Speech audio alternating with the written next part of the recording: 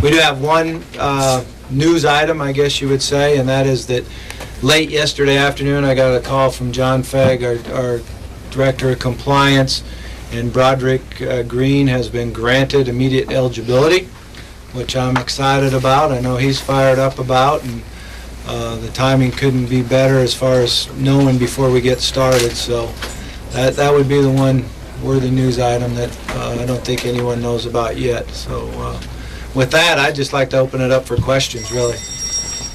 Yeah, Bobby, that news item, I mean, just how big a news is that? Are you pleasantly surprised, or just what's your reaction to that? Well, I'm not surprised because I think the precedent was set, you know, that other people have been granted eligibility immediately when they had family situations like that. So it's not something that surprised me. I guess what surprised me was how long it took. You know, it was quite the process, and you got to take your hat off to John Fegg, who did all the work. He got with Broderick and his family, and it was an extensive process and challenged your patience, but he did a great job working on it.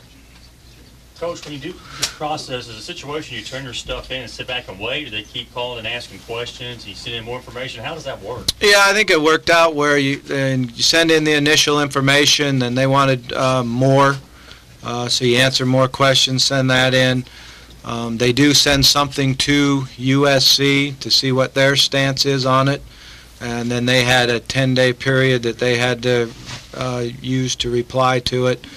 And then they came back and asked us some more questions. So it was something that took a lot longer than I knew it would take. I think it was different than Ryan's situation last year because his was a pretty right off the bat definite no, which certainly took less time.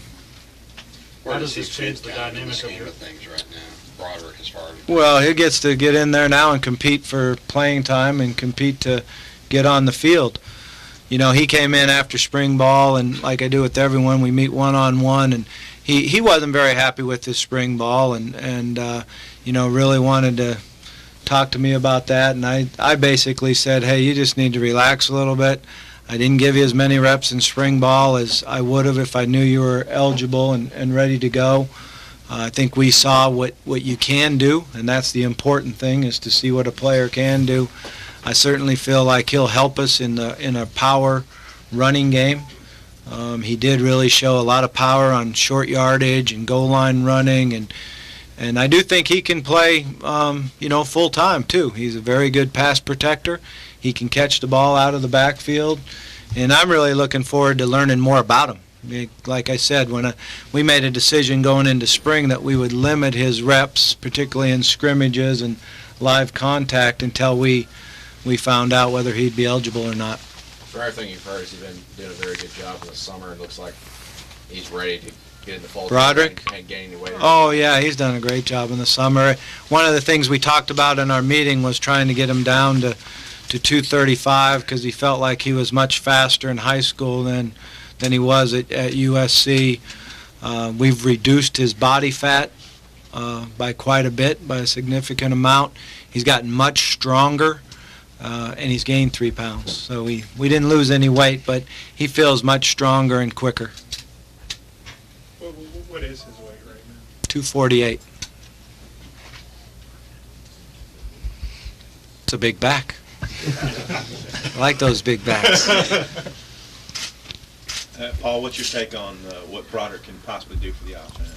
Oh, I think he'll definitely, you know, kind of what Coach already touched on, but when you see the short yardage goal line situations, I think that's something that, you know, a lot of times when you get down on the goal line or in short yardage, you can't account for everybody. There's going to be one guy that shows up late and has those hits on your hips and bangs you, and when you're a big back running downhill, then you can run right through that and fall forward and get the first down. So I think that's definitely something that he'll help us in the starting point, and I think he's one of our better pass protectors. So I think he could be a real good guy, you know, when you know you're going to throw the ball, he can protect, and he can also catch the ball real well out of the backfield.